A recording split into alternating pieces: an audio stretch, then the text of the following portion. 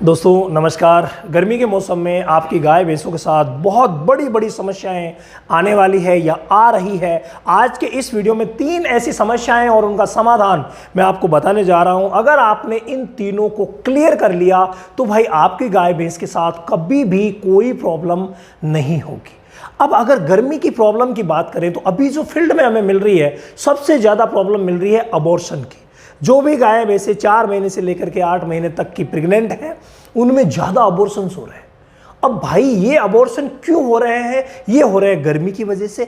अब यहाँ पर हमें बहुत सारे प्रबंध करने पड़ेंगे जिनसे कि गर्मी में अबॉर्शन ना हो। नंबर 1, अगर प्रबंध की हम बात करें तो हमारे पशुओं को गर्म तासीर वाला खाना बिल्कुल भी मत दीजिए, ठंडी तासीर वाला खाना ही दीजिए, तभी इन शिकायतों को आप दूर कर सकेंगे। इसके अलावा कई प्रकार की हमारे नज़दीक में प्लांट्स होते हैं जो ठंडे होते हैं, जैसे मेहंदी का पत्ता हो गया, जामुन का पत्ता हो गया, शीशम का पत्ता हो गया, यानी ऐसी चीज़ें आप रेगुलरली उसे खिलाते रहें। बहुत सारी चीज़ें किराना स्टोर पर भी मिलती है, उनको भी आप ठंडी तासीर के लिए दे सकते हैं। जैसे गुलकंद हो गया, ये ठंडा रहता है। इसके अलावा आप अगर दें तो गूंद कतीरा हो गया, ये भी ठंडा रहता है। सौंफ ठंडी रहती है। तो ऐसी चीज़ें आप ला करके थोड़ा थोड़ा करके मिलाइए, ताकि ये बहुत ही बड़ी जो समस्या है अबॉर्शन की वो ना हो। कभी भी आपको लगता है कि मेरी 6-7 महीने की जो प्रेग्नेंट है उसने अचानक से डोके कर लिए हैं, अचानक से उसने पीछे जो पीठे मसल्स होते हैं उनको लूज कर लिया है, वल्वर पार्ट जो है वो लटकने लग गया है, अगर ऐसी कंडीशन आपको कभी भी लगे तो तुरंत नजदीकी वेट से सलाह लीजिए। वो तुरंत ही कुछ हार्मोनल ट्रीटमेंट करेंगे और उन हार्मोनल ट्रीटमेंट की बदौलत वो एकदम से ठीक हो जाएगी। तो ये काम आपको नजदीकी पशु चिकित्सक से तुरंत करवाना होगा अगर ऐसे लक्षण आ रहे हैं तो, ताकि अबॉर्शन ना हो या फिर डिस्चार्ज आने लग जाए।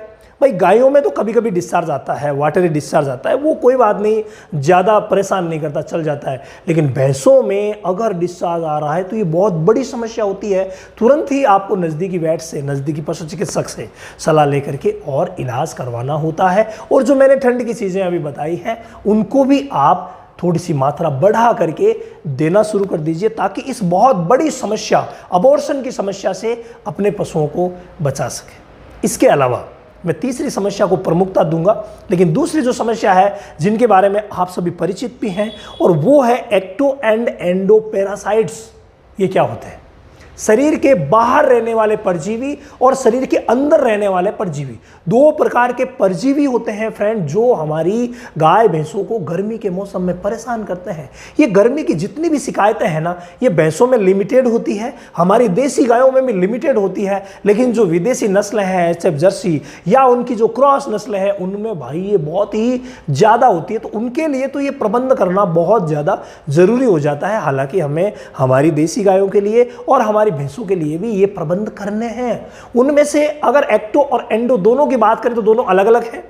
एक्टो पैरासाइट को मारने के लिए बहुत सारी दवाएं आती है जो ऊपर स्प्रे की जाती है, और उनका इस्तेमाल सप्ताह में एक बार, 15 दिन से एक बार आप कर लें, फार्म पर भी कर लें, ताकि जो शरीर के बाहर लगने वाले कीड़े हैं वो ना लगे। बहुत सारी दवाएं मार्केट में भी आती है, बहुत सारी दवाएं देसी भी हमने हमारे चैनल पर आपको बता रखी है। तो इनका कॉम्बिनेशन आप यूज कीजिए, और बाह्य परजीवी जो है जूं, चींचड़, मक्खी, मच्छर, इनसे अपने पशुओं को गर्मी में बचाइए, क्योंकि गर्मी का खुद का बहुत ज़्यादा स्ट्रेस होता है, तनाव होता है, और ऐसे तनाव में अगर इन छोटी छोटी चीज़ों का तनाव और जुड़ गया तो भाई तनाव डबल हो सकता है और नुकसान ज़्यादा हो सकता है। इसके अलावा इनके जो एक्टोपैरासाइट्स है, इनका एक बहुत बड़ा नुकसान होता है, वो होता है बहुत सारी जो प्रोटोजोल डिजीज़ है, जिनमें सर्रा, बभेसिया, एनाप्लाज्मा और थाइलेरिया, ये सबसे प्रमुख है चारों।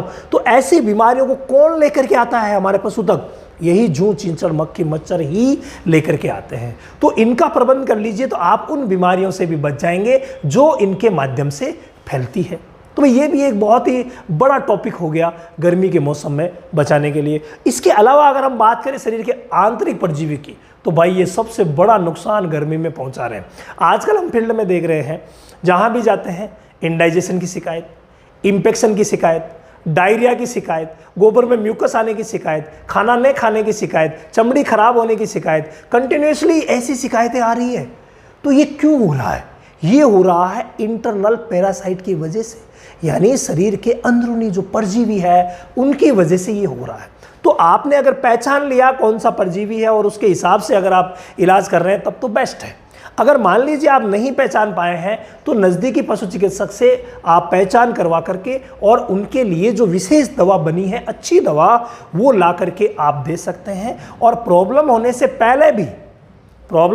पहले भी आप दवाएं दे सकते हैं ताकि ऐसी प्रॉब्लम हो ही ना। और इसी के लिए हमने एक लाइव सेशन रखा है हमारे जो रामावत एनिमल ऐप है, जो कि आप प्ले स्टोर से डाउनलोड कर सकते हैं। उस रामावत एनिमल ऐप पर 1234 OTP लगा करके एंटर करना होता है और जो काऊ बफेलो सेशन है या फ्री लाइव सेशन है उसमें आकर के और आप फ्री लाइव ज्वाइन कर सकते हैं और आपके हर प्रश्न का जवाब हम वहां पर देते हैं। वहां पर आपको एक डिवॉर्मिंग का कोर्स भी मिलेगा जिसमें कि कंप्लीट चीज़ों को बताया गया है कि किस तरीके से कौन से कीड़े को आप कैसे मार सकते हैं। तो वो भी आप कर सकते हैं ताकि डिवॉर्मिंग का जो सब्जेक्ट है छोटा सा है लेकिन बहुत ही बड़ा है।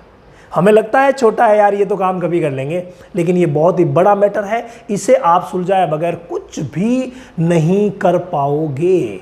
तो ये दूसरा जो बड़ा मैटर था एक्टो और एंडो पैरासाइट्स का, ये आप समाप्त कर सकते हैं।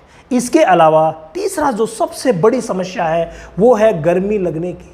थोड़ी सी भी सावधानी हटी और गर्मी लगी, बस ये और गर्मी जब लग जाती है तो बहुत ही बड़ी समस्या हमारे पशुओं के साथ होती है। नंबर 1, वो खाना पीना बंद कर देते हैं, कम कर देते हैं। पहले तो कम करते हैं फिर बंद कर देते हैं। दूध जो है वो बिल्कुल खाने पीने के साथ साथ दूध भी कम हो जाता है। प्रोडक्शन पूरा का पूरा लॉस हो जाता है। जो प्रेग्नेंट है उनको भी समस्याएं हो जाती है। तो भाई गर्मी नहीं लगनी चाहिए। नॉर्मल हम वर्ड यूज़ करते हैं गर्मी लगना या लू लगना, लेकिन एक्चुअली ये है क्या? ये अगर हम टर्म्स में देखें तो 2 प्रकार के टर्म्स हैं। नंबर 1 है और वो है हीट स्ट्रेस। हीट स्ट्रेस पहली अवस्था है जब गर्मी लगना शुरू होती है, वो है। और दूसरी जो अवस्था है उसे हम कहते हैं हीट स्ट्रोक। यानी हीट स्ट्रोक का मतलब है बहुत ज़्यादा खराबी हो गई है, ताने आने लग गई है, नीचे गिर गया पशु को लू लग करके और अब मरने जैसी कंडीशन हो जाती है, उसे हम हीट स्ट्रोक कहते हैं।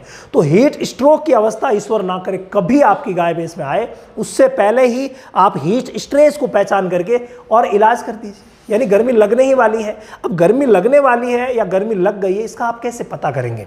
भाई आपका पशु सुबह शाम तो खाएगा, लेकिन गर्मी के मौसम में दोपहर के समय सिर्फ हाँफता रहेगा, खाना पीना बंद कर देगा, तो समझ लीजिए कि उसे हीट स्ट्रेस की शिकायत हो रही है। अगर आप उसकी चमड़ी को उठाएंगे तो चमड़ी को उठाने के बाद उसकी जो चमक है, उसकी जो इलास्टिसिटी है वो कम मिलेगी, डिहाइड्रेशन जैसा आपको लगेगा। तो इसका मतलब भाई ये गर्मी में आने वाला है या गर्मी की शिकायत इसको हो गई है, अब आगे हीट स्ट्रोक में कभी भी जा सकता है। हालांकि इस पर मैं एक आपको डिटेल वीडियो भी बना के दूंगा ताकि आप अच्छे तरीके से एक एक चीज़ को एग्जामिन कर सके कि गर्मी लगने वाली है, कैसे पता करें। तो ये चीज़ है, पहले ही आप पता कर लें। और जो मैंने ठंडी तासीर की चीज़ें बताई थी, उन ठंडी तासीर की चीज़ों को पहले ही देना शुरू कर दीजिए ताकि हीट स्ट्रोक तक ना आए। और इसी से रिलेटेड एक प्रॉब्लम है इंडाइजेशन की, यानी अपच की शिकायत। तो अपच की शिकायतें होना लाजमी है, उसके लिए आप लीवर टॉनिक लगातार देते रहें। एक मैंने सिरप आपको पिछले वीडियो में बताई थी, ऑप्टी ब्लेंड और रेस्टोबल, तो वो दोनों सिरप्स का भी आप इस्तेमाल कर सकते हैं। भाई वो वीडियो नहीं देखा है तो नीचे आपको डिस्क्रिप्शन में मिल जाएगा, देख लेना। तो ये दोनों चीज़ें भी बहुत ही ज़्यादा इम्पोर्टेंट है देना। इसके अलावा जो डिहाइड्रेशन की बात मैंने अभी की हीट स्ट्रेस में, वहाँ पर क्या करेंगे, एक इंटालाइट करके पाउडर मिलता है मार्केट में। तो जब भी आपको लगे कि यार थोड़ी थोड़ी शिकायतें हो रही है तो वो इंटालाइट पाउडर ला करके और आप अपने पशु को दे सकते हैं और गर्मी से निजात पा सकते हैं पर डे। वैसे तो आप पशु चिकित्सक की सलाह से दीजिएगा, बाकी 20-30 ग्राम अगर आप रोज़ देते हैं तो बहुत ही शानदार रहता है गर्मी के मौसम में। तो इस तरीके से इन तीनों चीज़ों को, बड़ी चीज़ों को समझिए और इनका निवारण कीजिए ताकि कभी भी कोई भी समस्या आपके पशुओं में ना आए। इसके अलावा मेन जो चीज़ है गर्मी के मौसम में वो है फ्रेंड, पानी की आपूर्ति। मैं हर बार कहता हूँ पीने योग्य पानी पशु के लिए मिलना चाहिए। कई बार हम जो खेली होती है, जो बाहर पड़ी है और उसी में पानी पीने के लिए दे देते हैं, तो ये बहुत ही बड़ी समस्या है। पानी जैसा हम पीना चाहते हैं वैसा ही पानी हमारे पशुओं को मिलना चाहिए, साफ़ सुथरा होना चाहिए। मैं नहीं कहता इतना ज़्यादा ठंडा हो, फ्रीज का हो, मटके का, लेकिन भाई कुछ ऐसा प्रबंध कीजिए जिससे कि वो पानी जो है वो काफ़ी हद तक पीने योग्य हो। गर्मी में कभी भी गर्म पानी ना पिलाएं और गर्मी में जो फंगस वगैरह पैदा होने वाले हैं, मान लीजिए 7 में बारिश का मौसम भी जुड़ने वाला है, नमी जुड़ने वाली है, तो बहुत सारे बैक्टीरियाज, फंगस जो है वो पानी के ऊपर आक्रमण करेंगे, पानी को गंदा करेंगे। तो आप विशेष ध्यान दीजिए, पानी को गंदा ना होने दें और फ्रेश वाटर ही हमारी गाय भैंस को पिलाएं, कभी कोई समस्या नहीं होगी। स्काईलार्क पशु आहार, संपूर्ण पोषण, दूध की बहार। स्काईलार्क का वादा, सेहत और लाभ सबसे ज्यादा। अधिक जानकारी के लिए संपर्क करें।